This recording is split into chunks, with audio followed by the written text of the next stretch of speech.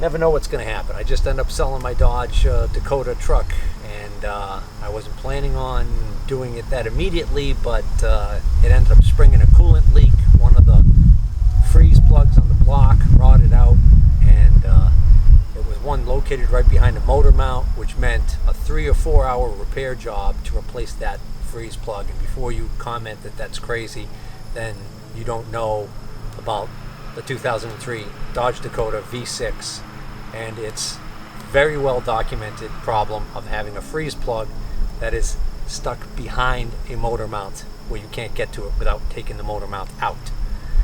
Even then, it's not an easy job. Anyways, back to the boat. So I was camping this past weekend, wasn't around, and we ended up getting quite a bit of rain. Another good sized storm moved through. So I'm here to pump out the boat today.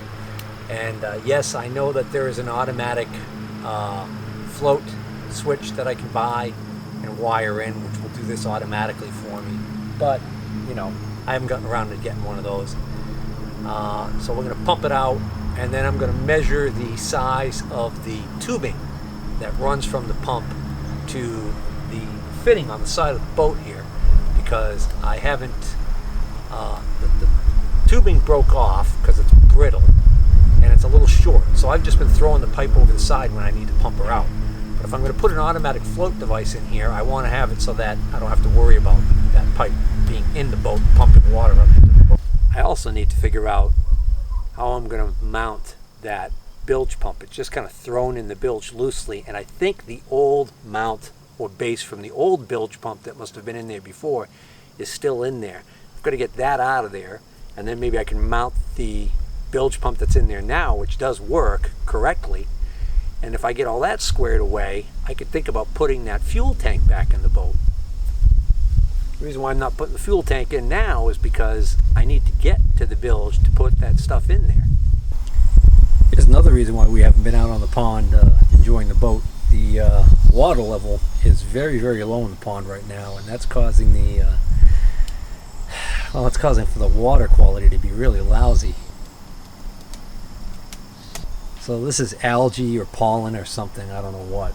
but it wasn't even as bad as this a couple weeks ago when me and the kids went swimming, and we all had a horrible allergic reaction to it. I end up with just my eyes getting very, very itchy.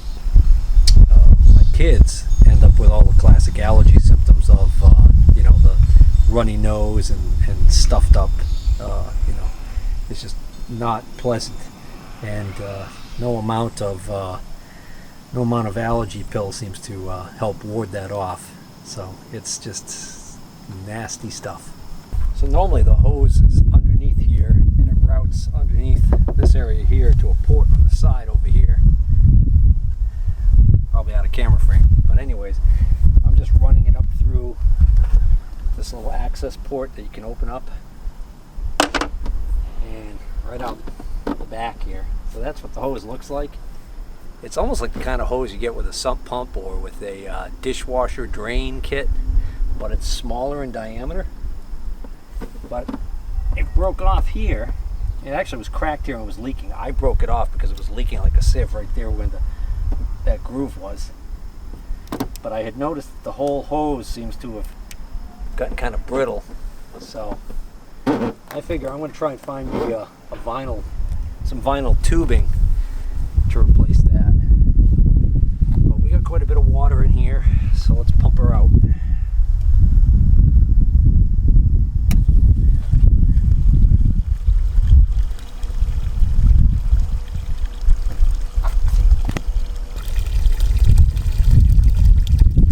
As you can see, we get pretty good flow rate out of that little pump.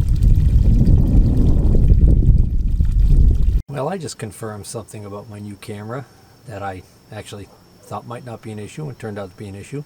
It does not like micro SD cards and just using an SD adapter, which I guess is a pretty common problem with a lot of these high resolution cameras. They can't transfer the data quickly enough to the card because of a problem with the adapter card, either not having really good connection or just being poorly made, I guess. So put in the full-size SD card and we should be all set to go. Anyways, this isn't about the camera. This is about the bilge pump. So now, lucky me, now that I've got it pumped out enough, I'm going to dive headfirst into there and see if I can't resolve my issues with this damn mounting and hose. So I'm going to get the camera just handheld so I can get you guys a look underneath there into the bilge so you can see what the heck I'm going to be looking at. So be it ever so horrid, here it is. So my bilge pump is a Rule 800. I'm going to guess the 800 means that it's,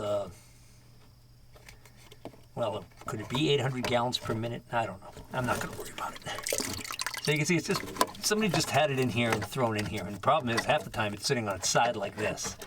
And what it needs to be is it needs to be mounted so that it sits with this bottom area that takes in the water, mounted like that, okay?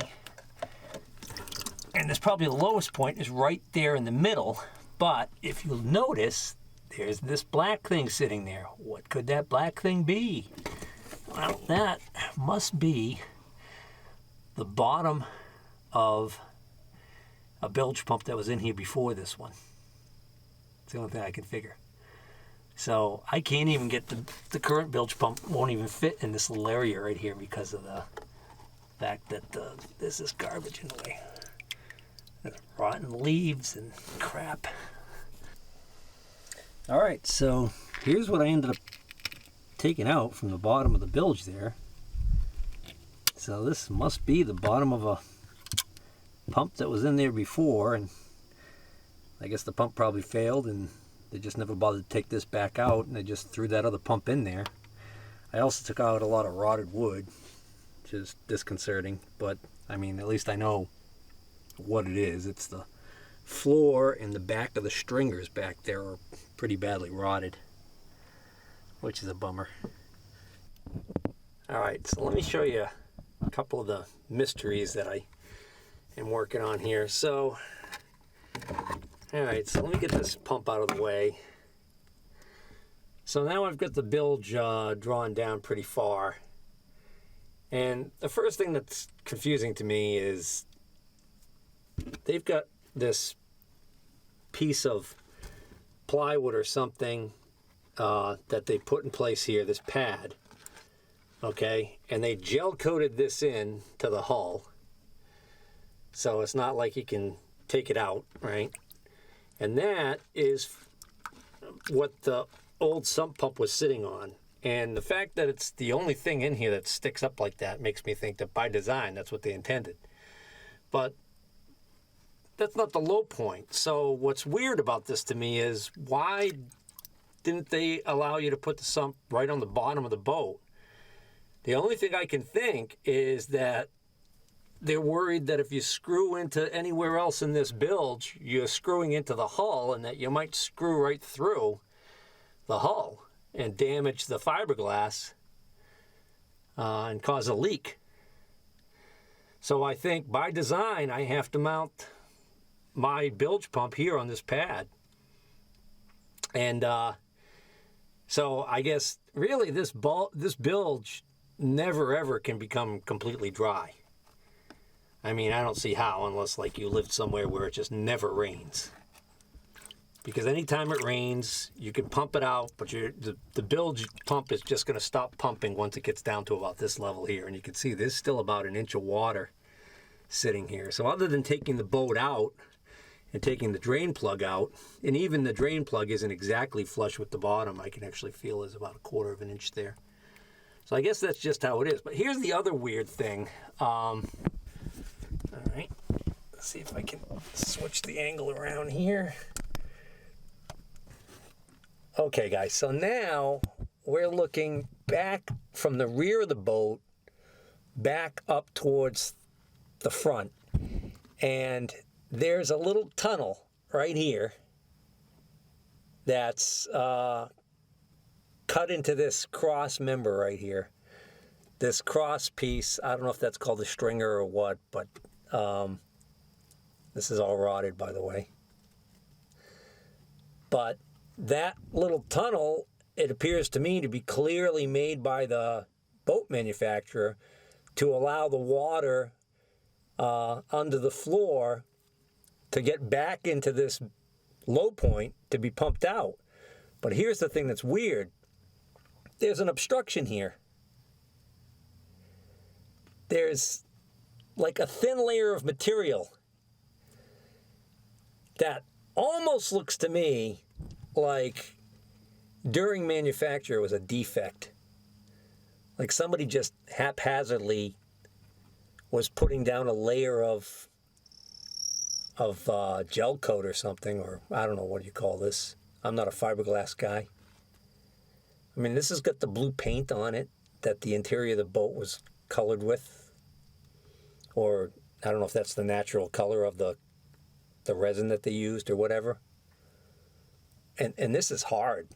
This is not something that like could easily be just pushed out of the way. This isn't something that over time I think folded up into this position. I think this is actually goes back to when the boat was originally made, but I don't like it because it creates a little dam right here where the water gets trapped on that back side. So I'm going to see if I can gently coax that stuff out of there, a little bit of it anyways. All right, I've been working at this for a while now, and basically I found out that area there, that wall area that had a little half moon shaped tunnel that was partially blocked, that whole wall was completely rotted. So I was able to break it up with my fingers and rip it out with my hands. So I just took that all out completely. I figured it wasn't doing anything structurally anyways, as rotted as it was. So now that's pretty much open all the way up this center bay. More concerning to me is the fact that the stringers that are running this way, the ends of them are pretty rotted on both sides. They act as the walls, the two side walls to this sump area, but they're also the structural parts, I think, for the floor. So, not good, but you know, that's a major reconstruction job to fix that, so that's not something I'm going to tackle. All right, so I'm going to reposition the camera to show you what it looks like now that I, basically clobbered it. All right, so here's the top edge of the floor. And so if we look down in there, I don't know if that's going to come out or not, but that's actually looking back up that bay now towards the underside of that trap door that opens in the center of the boat. So it's pretty cleared out. Let me see if I can get my phone. Aiden, could you hand me my phone? I want to use my light. Get some light on the subject ever so horrid.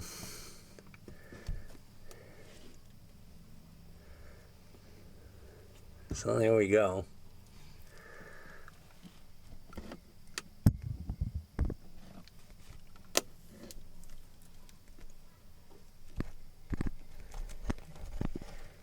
So now you can see the bay's pretty much open all the way to the back, to this pad area right here, which is where the, right there, that pad is where the pump's going to be mounted. Alright, so the next thing I need to do is I need to figure out how to take this apart so that I can mount this. There are 2 holes here in this strainer basket, which are there purposely to be able to put screws through, but I've got to take this basket off, and it looks like the way this is made, it almost seems like you can push in on these sides and maybe get this to pop off.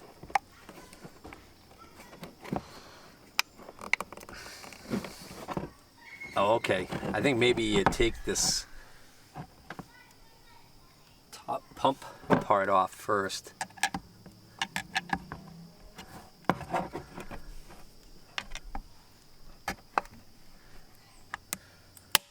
There you go.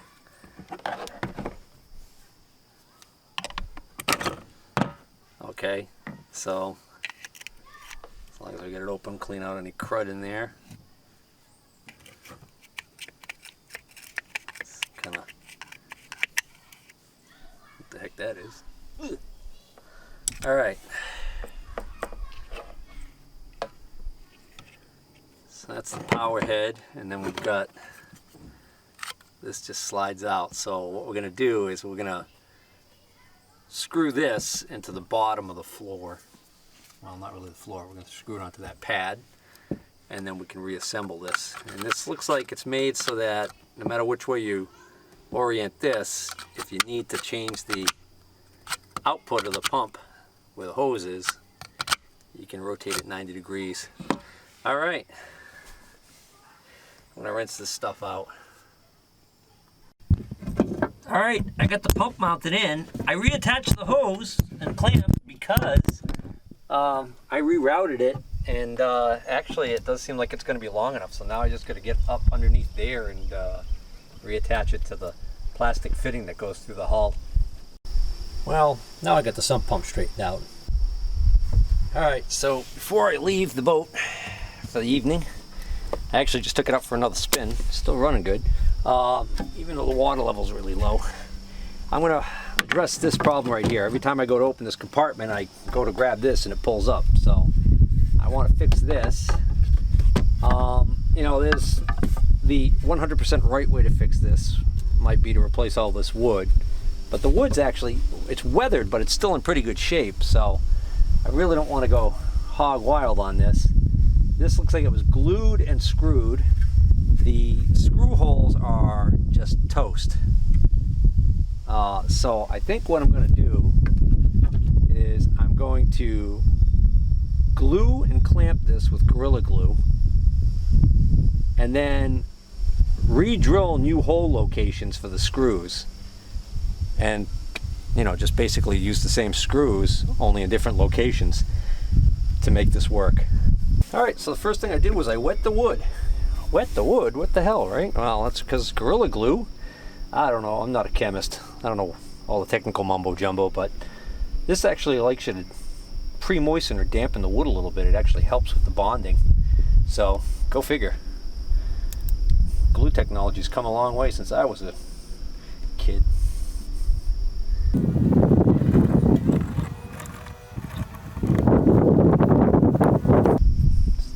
broke and part of the wood stayed behind with the previous glue, so I'm actually just going to line that back up the same way so that it kind of falls into place. As crazy as that sounds.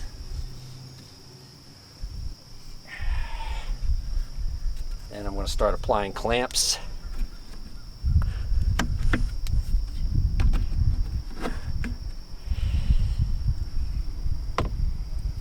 And I'm just going to check the spacing, make sure it's okay. Looks okay.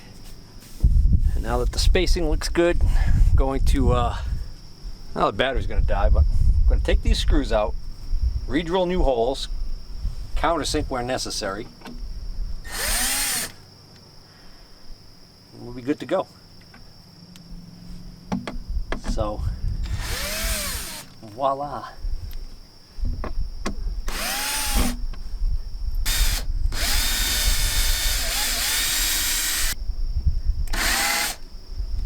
Yeah, I know it's a metal countersink, but it actually works perfectly fine. So why not?